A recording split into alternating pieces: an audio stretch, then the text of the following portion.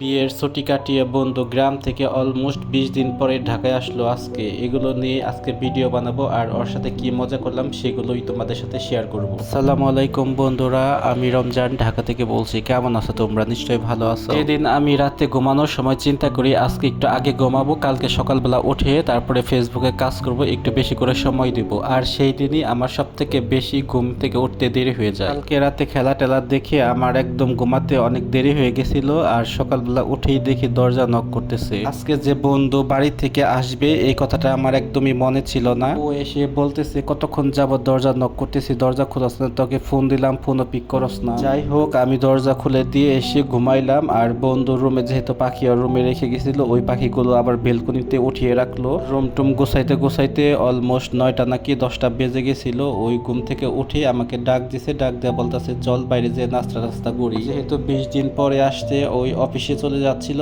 আমি নাস্তা টাস্তা করে আবার বাসার দিকে আসতেছিলাম।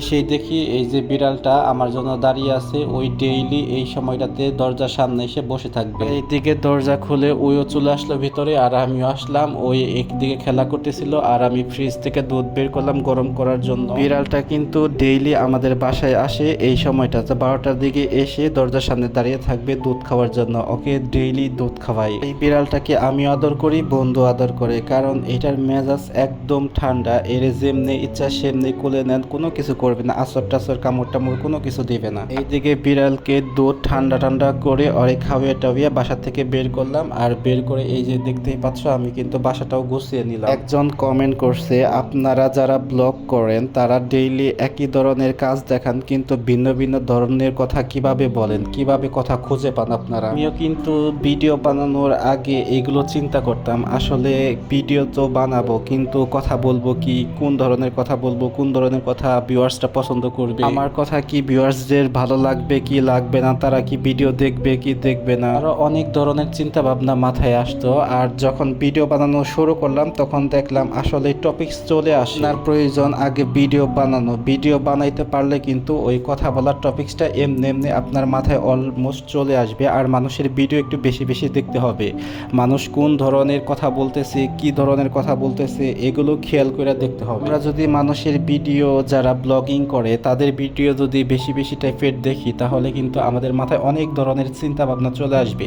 এক একজনের ভিডিওতে প্যাটার্ন কিন্তু এক এক রকম, আর সেখান থেকে কিন্তু আপনার মাথায় অনেক ইনফরমেশন চলে আসবে। যাই হোক, চিন্তা করতেছিলাম আজকে কি রান্না করব, যেহেতু ক্ষুধা লাগছে। পরে ভাবলাম রোজার ভেতরে তো ডাল নিয়ে আসছিলাম, অনেকগুলো ডাল আছে, সেগুলো তো আর খাওয়া হয় নাই, কিছু ডাল খাইছিলাম, খিচুড়ি রান্না করে। আর আমরা যেহেতু খিচুড়ি অতটা পছন্দ করি না, আমিও পছন্দ করি না, আমার বন্ধুও পছন্দ করে না, এই জন্য ডালগুলো বেশি ব্যবহার করা হয়নি। শুধু মাছের মাথা দিয়ে মুড়িগন্ড রান্না করছিলাম, তখন কিছু মুগের ডাল ছিল, সেই মুগের ডালগুলো ব্যবহার করছি। আর অন্য ডাল যেগুলো ছিল সেগুলো সেই রকমই ছিল। তাই ভাবলাম আজকে একটু ডালের বড়া বানাই। আর ডাল কিন্তু আগে ভিজিয়ে রাখতে হয়, আমি ভিজিয়ে রাখার সুযোগ পাই নাই, কারণ হুট করে আমার মনে হয়েছে বড়া খেতে ইচ্ছে করছে, তার মানে এখনই বড়া খেতে হবে। আর আমি বড়া বানিয়েও নিলাম। বড়া বানানোর পরে একটা ডিম ভেজে নিলাম ভাত খাওয়ার জন্য। আর বন্ধুরা, ভিডিওটা যদি ভালো লাগে অবশ্যই একটা লাইক কমেন্ট শেয়ার করে দিও।